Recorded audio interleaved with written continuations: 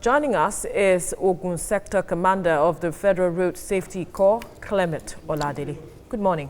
Thank you for joining us. Good morning, Veronica. Now, let's put to perspective what road safety on the roads entail. Well, I think basically there are two issues that are involved. One is yourself and the interface of the road, the driver that's going to drive the vehicle, and also the vehicle you are driving. So when you put it into perspective that these are machines, these are things that are not robotic, things that can, on their own, they can fail. The road itself can fail because most roads, they have a time span. Maybe some are like a generation or two generations, maybe 25, 50 years. And then vehicles also, they have lifespan. And even human beings, we also have lifespan because we expire, we die.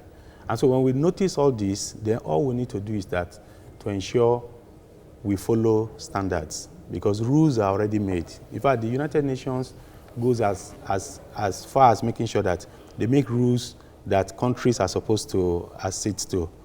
And if you're a contracting party to all these particular rules, and you just follow them strictly, then you are not, because even people that manufacture automobiles, they say if you buy the automobile and you follow routine maintenance and you drive according to the rules, till the lifespan of that vehicle, you'll not be involved in a crash. But when we abdicate all these rules, then what is going to happen is crashes. Like the incident you referred to that happened in Ogun State. Yes, their souls rest in peace. It's really very sad. It's sad that in 21st century, people that manufacture vehicles, they have two categories. The one that will carry passengers and those that are meant for only goods. But when you now decide not to follow the rules and the vehicles that are meant for carrying only goods, you now put human beings into them, then what do you expect? It's a disaster that is going to happen. And you travel all the way from Sokoto State, a journey of about maybe about more than 800 kilometers, and you are almost getting to your destination when, due to fatigue, the driver slept and he was speeding. It was early morning. He lost control. He got to a narrow bridge that was bereft of railings that could even safeguard them, and then I plunged into the river. We're even lucky that casualties would have been more if there was water in that particular river, but because there was no water, when we were called upon, when we got there, we were able to rescue some of them. And the good news is that because according to in compliance with the 30-day rule of the WHO, our men went to the hospitals yesterday to visit them. Out of the 38 people that we rescued to hospital, they've discharged almost all of them, just remaining only 6, and the 6 of them. Great. And Commercial also sent a delegation to meet the Serikin Hausawa in Ijebu-Ode, those that died, to commiserate with them, and then also to inform them that it is not acceptable for people to be crammed into a goods-only vehicle, and then you now transport them from one point to another. Okay, as a road safety expert now, in your years of working on the road and ensuring safety on Nigerian roads, what has been the major cause of road accidents? For professionals, they categorize them into 3. That is the human factor, the environmental factor, and also when you look at even the mechanical factor. But the most prevalent is the human factor. Most times, even some cases like in our climb here, most of the LDCs, you have about as high as 85%, 90% responsible for the human factor. And because even if vehicles are not good, even if the roads are bad, but if the driver is careful, if the driver decides to adhere strictly to instructions and then to traffic rules, then there won't be crashes. Do most drivers adhere strictly to instructions? Most of them adhere to. That is why even the rate of road traffic crashes we have, it will have been higher than this if most of them don't adhere strictly to. But we have few that do not adhere. And so it is those few that are really giving us a bad image and also causing problems for us and others. Let's talk campaigns now, because we see that that the Corps always focuses on having campaigns during festive periods, but the roads are applied on a daily basis. Aren't we looking in the direction of ensuring regular campaigns to keep people minds, on the fact that, accident can occur at any time you should be always aware of this. No, why you think that we do campaigns only during Ember Month is because that is when it is heightened. That is when we go basically to, even the media, they move close to us that time. But on a daily basis, there's what we call early morning cry. If you ask those people that are frequent travelers at the motor parks across the country, and even the NURTW members or retain, they will tell you that every day, as a rule, FRS officials must go to the motor parks to go and talk to the passengers, to talk also to the drivers. We even go beyond that. We go to the markets because we know that some of those people that are selling wares, most of these market women and men, they use all these vehicles to transport their goods from one point to another. So we talk to them that since you are the one that is the master that is hiring these vehicles to go from one point to another to sell your goods, then you need to talk to them so that they can adhere strictly to rules, to regulations. So it's something we do every day, but the scale might not be as high as when during the festive period. But right. It is something we do on a daily basis. All right, let's leave it here now. Clement Oladile, thank you for your time on TVC Breakfast.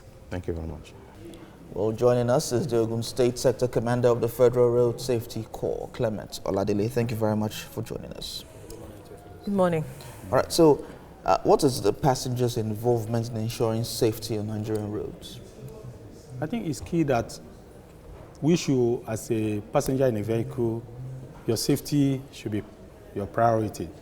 And if you prioritize it, then you do everything to make sure that you are safe.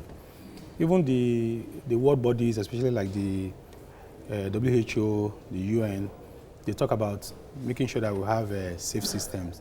A system that whereby the road itself is safe, the people that are using the road are safe themselves, and also the vehicles you are going to use. And when you look at all this in amalgam, then the person that drives that system is the driver and that passenger. And you must ensure that every time you use the highway, you are safe, others are equally safe, so that we will minimize crashes and then there will be no need for deaths on our highways. How about the state of roads? Because we see that some roads are ridden with very huge potholes, and also the quality of products also used on the roads also do not, perhaps we could use the word lifespan of those products used for the roads do not sustain the strength or weight of certain vehicles, and so we see that roads are getting bad as quickly as possible. No. Are there some collaboration with perhaps the Nigerian Society of Engineers and all of those to ensure that the roads are as good as they should be? Yes, there's a collaboration. And what also happens is that we're going to look at it from two angles. One is when the experts that make the roads, they build roads. Of course, they want to build roads that are going to last. But there are other factors that can make the road not to really last the way it's supposed to be. Maybe because of the way the road is used, especially the ASU load. And that's why the ECOWAS, they have an intervention to make sure that countries within the ECOWAS sub-region, there's a policy, a mandate to see that they are not overloaded. Though there are some issues surrounding it, but I know with time it will be sorted out. But when these roads are built, if the roads are overloaded with goods or even with passengers, but more importantly with goods, then it becomes very difficult for those roads to last. And part of the engagement we're having with the Ministry of, with the federal government through the Ministry of Works and Housing is to see that, especially the Lagos-Ibadan Express roads, and which is going to happen very soon, is to see if they complete the dry port in Ibadan, then it will be impossible for trucks to use the Lagos-Ibadan Express road. What will just happen is that it might only be limited to only cars or light trucks or light vehicles, so that you can prolong the lifespan of that particular road. How effective will the, sorry? No, the road system is, okay. The light port at Ibadan now. Yes. Because at a point I had to go to Mosimi in Shagamu. Yeah. The road is quite bad, and so a lot of trucks prefer to go to Apapa. Yeah. And so it causes some danger, some of these potholes you see on the road. No, even that road also is work in progress. The moment those corridors are completed, what will happen is that the port in Lagos, they will just use the rail to transport the cargoes. Okay. It will not go to Ibadan. Then there's a dry port there. There's also the plan by government that even beyond Ibadan to other places. So at a point in time, most of these trucks might be removed from the corridors especially this Lagos-Ibadan Express Road. Like when you look at it, that is the corridor that's giving us the greatest headache. When there are gridlocks and a truck breaks down, or maybe we have a fire outbreak from a truck that is conveying maybe petroleum products. Sometimes people tell us, why can't you just remove it immediately?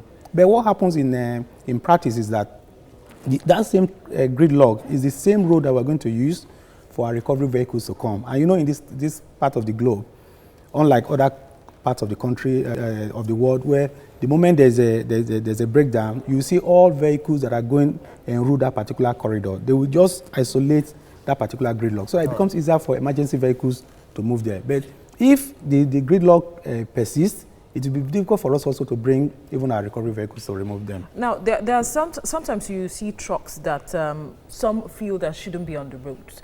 They are either tilted to one side, and some you see them falling on the roads and causing traffic gridlock. And some, are there efforts to take such kind of vehicles off the road? Yes, it's part of the strategic initiative by the Corps this year. The Corps Marshal has given us a marching order that we are starting first with in fact, we even started the initiative. All enlarged flatbeds that are using the corridor, we are to impound them and make sure that we prosecute them, and which we have started. Then we'll now go to the other categories of trucks that are not roadworthy. We're having collaboration with the vehicle inspection officers to see that the good thing in Ogun State also, we have computerized testing centers whereby these trucks can be tested, and the collaboration we have with them is that when we arrest such trucks, then we make sure that we take them to those computerized testing centers so that they ascertain if they are roadworthiness. And if they cannot, then we now take them to the court. All right, thank you very much, Clement Oladele, for talking to us. Thank you very much.